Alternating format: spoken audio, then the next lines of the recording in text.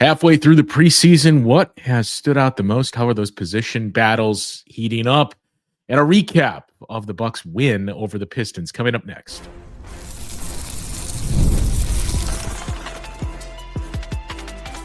You are Locked On Bucks, your daily Milwaukee Bucks podcast, part of the Locked On Podcast Network, your team every day. Welcome into Locked On Bucks. My name is Justin Garcia, joined as always by Camille Davis. We thank you for making this your first listen of the day, each and every day. You can find Camille on our Locked On NBA coverage and analyst on the Locked On NBA show each and every week on the Technical Foul podcast as well. You can hear me on the Bucks Radio Network. I had a chance to catch up with a few people last night, Camille, at the arena.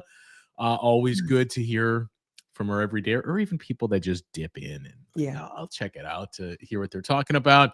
So good to catch up with some people last night. There were some others that came by as we were on the air and I could only give a head nod to, so don't be offended by that. But yes,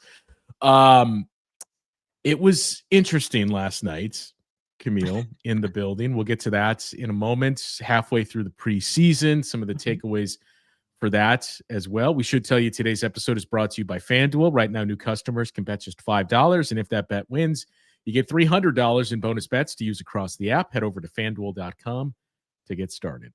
So I didn't expect it to be busy last night. Nobody did. It was even less crowded than I anticipated it to be. And I mean, I think it was a combination of you have the Brewers playing in an elimination NLDS game. We've already been told Giannis is not going to play. It's a preseason game that doesn't count in the standings. And you could sell hey, it's the Miles Turner debut in the home crowd here. But they were up against a lot last night. And I think the lack of filled seats showed that.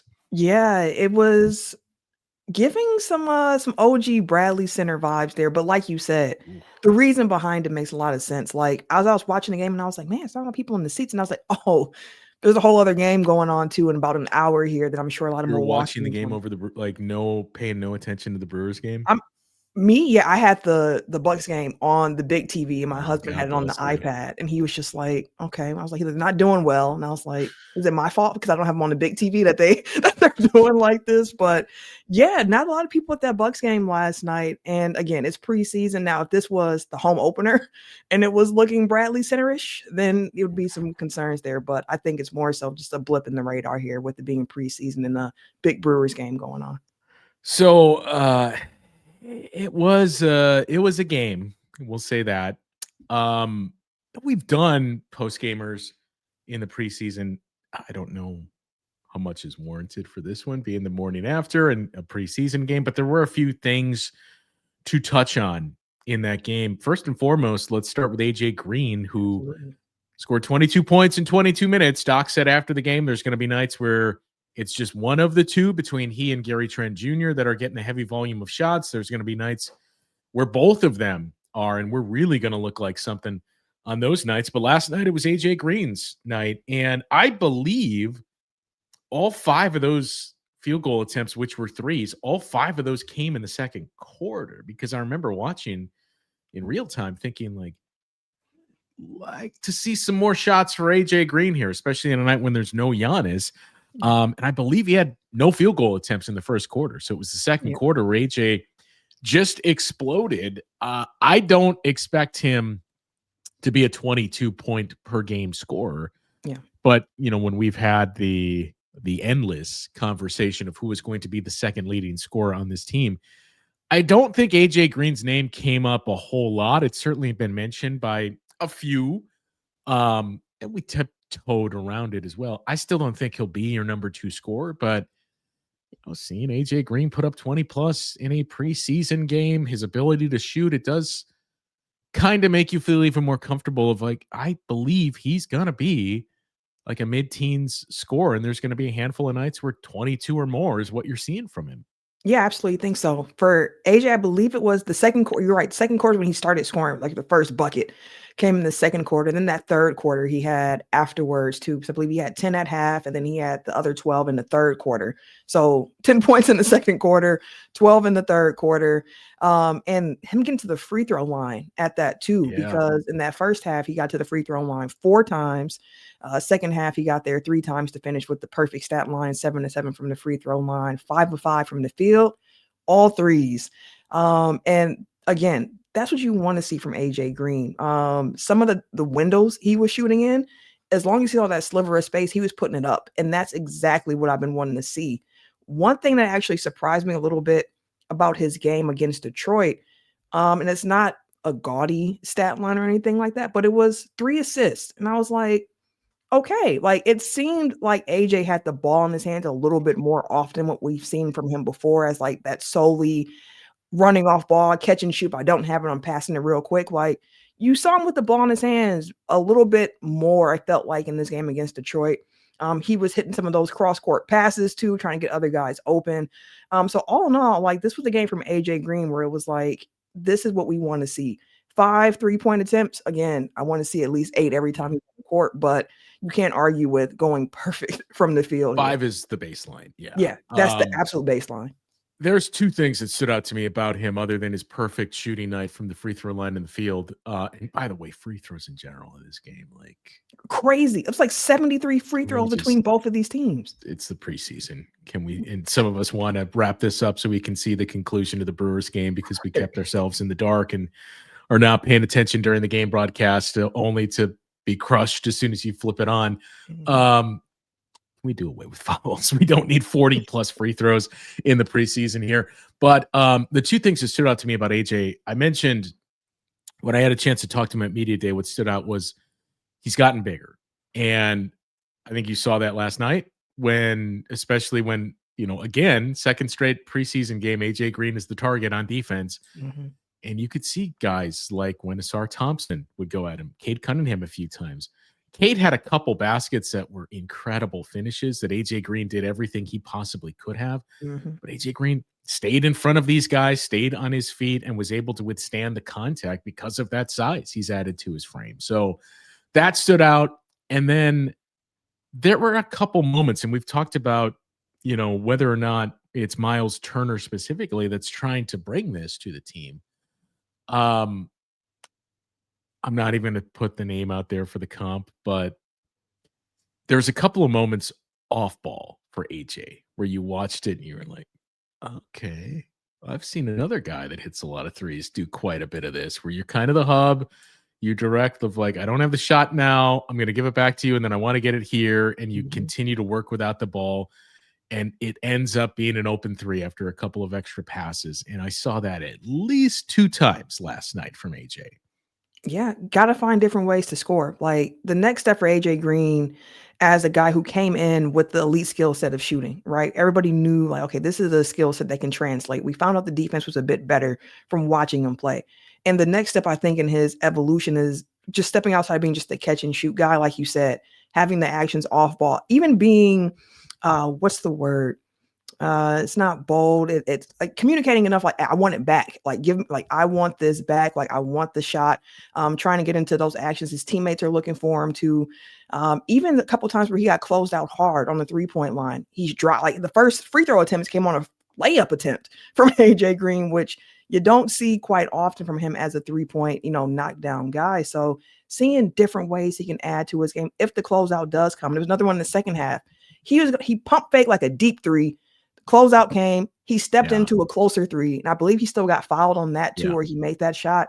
But just those aspects of his game, like if you get the ball and a defender is there, that can't be the end of your action. Finding other ways to stay involved and other ways to find a shot is important for AJ Green, and you're starting to see some of that come about. And this is all without Giannis playing at all right now. So a little bit encouraged there from what we've seen from AJ so far. Yeah, there was one moment too where I believe it was in the third quarter. I had to question too, like, is AJ gonna shoot this ball like 2 steps inside of half court here when he was open? And it kind of looked like he was cocking for it. Like, all right, let's see this. So definitely a very good showing from him last night, and a lot that you look to carry over into the rest of the preseason and the regular season, especially. There's another guy that maybe not quite as much as opening night of the preseason, but continued to build on his performances. Our number one boy, like making things tough. We'll get into that conversation coming up after this on today's Locked On Bucks.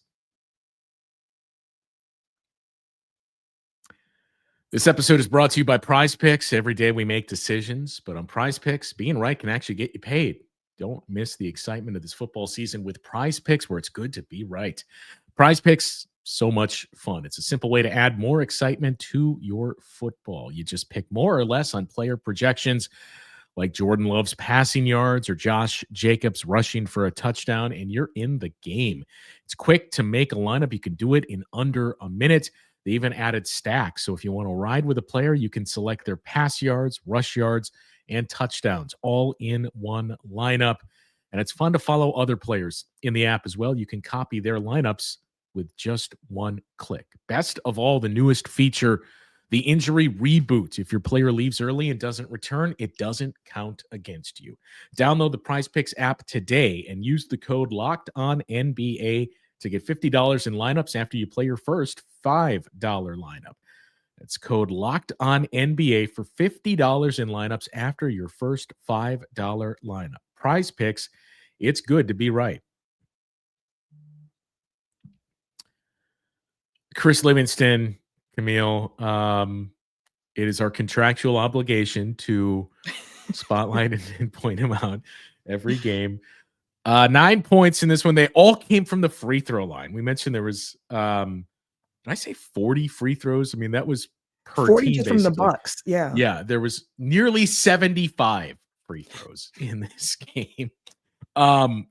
Chris Livingston got to the line 10 times. A lot of that had to do with the Bucks being in the bonus when those fouls occurred. But, again, he was a +6. You know how much I love the plus minus stat. He was a +6, scored 9 points, had a couple of strong rebounds too. And, just seeing it in person in a game, it really stood out what we talked about after the Heat game. And that, we talked about AJ adding bulk. Chris Livingston has gotten smaller in a good way. And you can't help but think look, we know the physicality that you've displayed here. Ideally, we need you to defend big wings, and we're going to need you to be a 3. So maybe that means getting a little leaner and being a little more agile on the perimeter. And I think so far we've seen that throughout the preseason. The numbers are not like, summer league when he was just completely popping. But in terms of those second units in these 2 games, Chris Livingston, I think by far has stood out the most. And last night there was a couple other names that we really got our first look at. We'll get into in a moment, but it's been a really strong summer through camp for Chris Livingston. And I know we've kind of waffled back and forth over what happens with the 2 spots that you got to cut down here. I don't know. I at one point was kind of leaning towards, well, I think we kind of know what it is for Ajax and Chris Livingston. It may just be the, sorry, man, you last one in, you're the first one out. We got to make something happen here. I don't know that you can do that anymore with what he's displayed. That I hesitate to say he has already earned a spot, but you get the sense Amir Coffey is making the team. And that opens up the door for, I feel like Chris is going to as well. So what do you do with that other spot you got to cut loose? Yeah, I think it's going to come down to the very end of preseason training camp, where you just need to kind of get all the information available before you actually make that decision. Because even Andre Jackson Jr., again, the stat line itself doesn't wow you when you look at it. 11 minutes, 4 points, a rebound. It's a steal. Like, it's nothing crazy. But seeing him on the court, like, he was playing some defense. Like, he was down there on the block with bigs, trying to front, getting foul calls drawn on him that way. He hit the one bucket he did make was like that step back. Good looking 3. Yeah. I was just like, okay, it looked natural. It didn't like it was forced. It looked like it was in the flow of the game for him. It looked good for him. You mentioned Chris Livingston, the 10 free throw attempts. he just kept, like you said, it wasn't a bonus, but he just kept getting to the line, kept getting to the line. And those were both of buckets. those They did. rebounds. I know it was only 2, but both of them were in traffic and heavily contested rebounds. Yeah, he had to go get them and come down with them, and he made sure that he was the one to come down with them. And that's something else I've been mentioning with like just this Bucks team, like the rebounding aspect of it. How's that going to look for them? Like Cole Anthony was the leading rebounder on the team in this preseason game, and the leading assist man. Cole Anthony had himself a game in this one: 9 points, 7 boards, 5 assists. Like he was moving. And again, they're talking more so about the end of the rotation guys, but like a lot of guys here are real. You can tell Doc Rivers said they're fighting for their lives. The end of roster guys are fighting for their spots, and you can see it. He said everyone else is fighting for minutes, which is therefore also like their life. So you can see that energy with these guys on the court. And I'm not sure if it's that aspect of it mixed in with, it's training camp. Guys are trying to prove a point, get those minutes, fighting for their livelihood. And also this new identity of like, hey, we want to be more physical. We want to make sure that we're dictating pace. First half, the Bucks did not do a great job of being the team to dictate that defensive pressure, that defensive pace on the other team. Felt like the Pistons were kind of running the Bucks up a little bit and kind of speeding them up, especially when Cade Cunningham was in the game. Second half, it looked a lot different, but you're seeing these guys really, really give they all. And that alone in this preseason, which preseason, sometimes people glaze over once starters check out, but this has been one where those guys get in the game and it's real comp happening. Yeah, and I'll say this too. What I think was most noteworthy or impressive about what Andre did and how he looked in last night's game was, to your point, these are big games for at least 4 or 5 guys on this roster right now. And there can be a tendency, and you see it a lot in the G League, you see it a lot in the minors in baseball. There can be a tendency to kind of wear that pressure and say, I got to stand out. So I'm going into hero ball mode. I'm going into me mode where I got to show I can score and do this. Andre Jackson Jr. is probably playing with the weight of the world on his shoulders right now, that he's aware, to go back to Doc's conversation about Giannis, like players have phones. Players are aware of what the chatter is. Andre Jackson Jr. knows what's been said about him, what the assumption is, and knows I got to really show out here. But as we've said routinely with Ajax, like the way for Andre Jackson Jr. to find a role and be impactful with his team is his defense and just be a supportive offensive player. That's what he's done through these 2 games. He's not trying to do too much, which ultimately, who knows if that's going to be enough, but I think it is worth pointing out and noting. Yeah, I definitely do too. And if we're pointing some things out here, gotta point to Rollins here fouling out. Come on, in the preseason game. But here's the thing with it, because y'all know I'm a Ryan Rollins fan and everything like that. For By him, the way, Kevin Porter Jr. was fantastic last night. Didn't foul out, hit 2 threes. One of them was a ridiculous one. So, but the Ryan Rollins piece had me thinking, because it was highlighting something that was a preseason concern of mine going into this preseason, into the season, which was again like when the Bucks have to play against some larger wing players, and Cade's technically a point guard, but he's 6'6", 220. He uses his size, his body, his strength really well in what he does. And AJ Green's at the point of attack a lot of times. But Rollins was being really aggressive in this game, really trying to make it feel known. And again, when you're playing a defensive style where your goal is to dictate to the offense, you're going to be aggressive. And I think for Ryan, one, it's preseason. I don't put as much stock into it, but the learning lesson that comes from this is, one, got to learn how to be aggressive without fouling, but also if a game's being called a certain way, you have to adjust in real time to how a game is being called so that you don't end up in foul trouble. And again, it's preseason, so I'm not going to, put too much stock on it, but when the regular season kicks off, that's something for him, especially playing in a bigger role as a point of attack defender at times, to pressure in full court, being aggressive, that he's going to have to continue to learn in his young career of like, hey, this game is being called this way.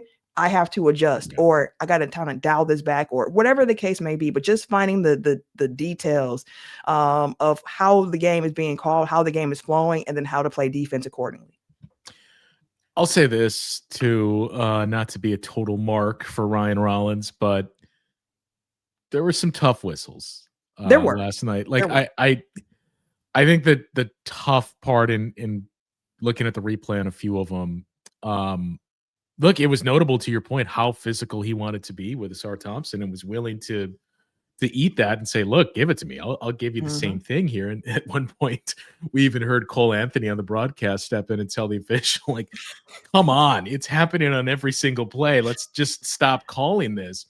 But there's a couple of tough whistles on Ryan Rollins where I think Asar Thompson initiated and finished the contact, but he beat him to the spot. So that is the bigger point. And Ryan Rollins' physicality, kind of similar to going back to Ajax a couple of years ago, there's a fine line. And can it get to be a little too much, especially for a young player who isn't always going to get that whistle? I think seeing him foul out in 15 minutes, and against Asar Thompson, and there was some Cade Cunningham, but it was largely Asar Thompson who was drawing the fouls. Like, that's at least something we should note. Like, you love the aggression and the bulldog mentality he's bringing, but let's at least be aware if that's going to ride the line of a little too much here. So we will take a look at the upcoming game this weekend, Sunday against the Bulls, and then some final thoughts on the rest of the back of the roster, some other names that we saw sneak into this game. We'll do that coming up next.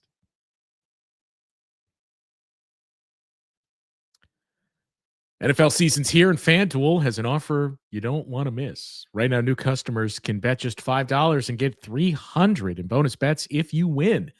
That's right. You pick a bet, put down $5, and if it hits, you'll unlock $300 in bonus bets to use across the app. You'll love using FanDuel because of how simple, easy, and quick it is to get in on the action. It makes watching football even more exciting when you've got a little something riding on the action.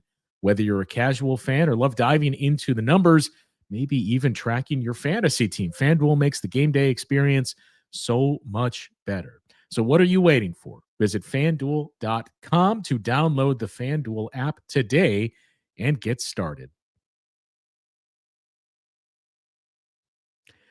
One of the tools that help make a huge difference for business owners is Quo, formerly OpenPhone. It's the same great business phone system you've heard us talk about before, just with a brand new name. And here's why it matters. Every missed call is money left on the table.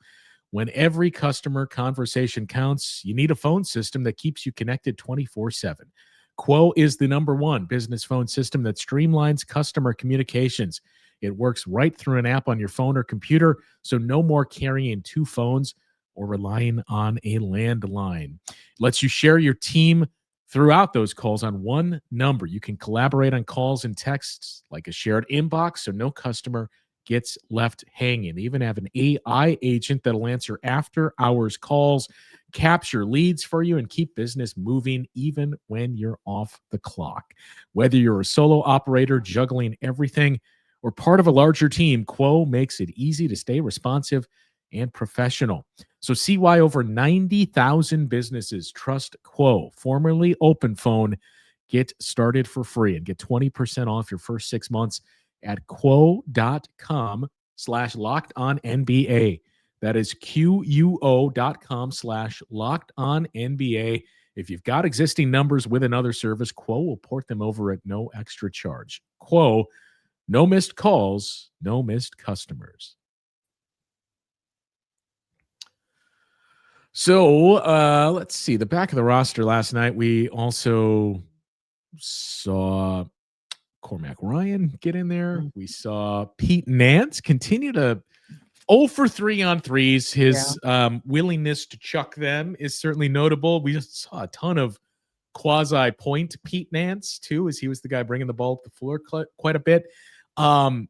He remains an intriguing guy. You know, like I don't think the ceiling is certainly a starting level center in this league, but to give you depth, a big that can stretch the floor, he remains intriguing to see what you can continue to develop there. And then, you know, the other guys worth noting here, we'll get to some more positive in a second. Another rough maybe a bit strong, but when we're talking about guys fighting for their lives, you usually don't associate this. And to be clear, we don't know that it's the case.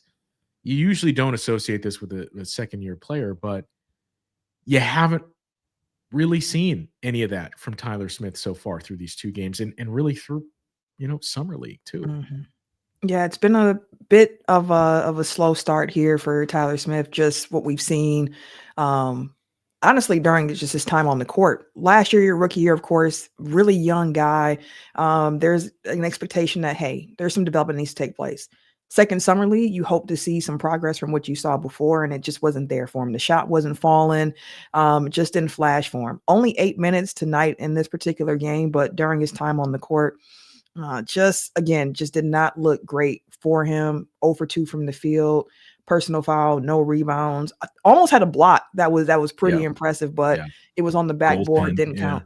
But outside of like that moment of like, man, he almost got to that one. It wasn't anything that really stood out positively from Tyler Smith. And it's one of those things of, given the roster crunch right now for this team, I'm curious to see if they continue trying to develop Tyler Smith and seeing what he has, because of course we heard reports too that over the summer he was looking good in these open runs. Didn't see it necessarily in summer league, haven't seen it so far yet in the preseason, but just be curious to see how long the leash is on Tyler Smith, given the fact that he is a young player, and sometimes with younger players that development takes a little bit longer. Yeah, I think these final 2 games are going to be big for him, certainly for Andre Jackson Jr., for Chris Livingston as well. And that's really the other thing is, I do wonder. I think if you read the tea leaves, it does feel like we'll see Giannis in the game against the Bulls. He's talked, and Doc has talked about it too. Like, they want to get him some run before the season starts. Obviously, not just the one game too. Like, let's get him up to speed here. So I do wonder if that means we're going to see him Sunday in Chicago against the Bulls, and point it out because I'd like to see guys like Chris Livingston and company playing earlier in the game and Yeah. playing some of those minutes, with guys like a Miles Turner and a Giannis and those types of players, just to continue to really see, all right, how much do we trust this and what do we really have here? So I don't know if that's going to come in the Bulls game. I would imagine not. Maybe that game against the Thunder that you just say, okay, this is basically, we'll give Giannis a quarter and then it's a bench game and we'll see what these guys have here. But that's one of the things I'm really looking forward to in these final 2 games, just to see how those minutes are doled out for those guys really fighting for those spots on the roster. And I mentioned there was other positives. The crowd that was there got to see Thanasis return to Milwaukee and on the court as a player, not as a courtside observer, and had a really nice throwdown from Mark Sears. He also had a tough finish in traffic with a lay-in, so the crowd was juiced to see Thanasis.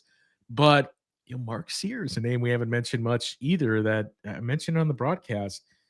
You go back to draft night, and there was some thought Mark Sears was going to be towards the middle of the second round drafted, at least towards the end of the second round. Didn't get drafted, signs with the Bucks as an undrafted free agent on a 2-way deal. And the feeling then was like, hey, all right, got something here that you can continue to work on here, especially not knowing what the future was for Ryan Rollins or Kevin Porter Jr. Damian Lillard was still a member of the team at that point. So you felt like, here's a young guy we can cultivate. Certainly had the ability to score in bunches collegiately at Alabama. And, you saw some of those flashes from him too, where, okay, I know how to get to my spots and I can score.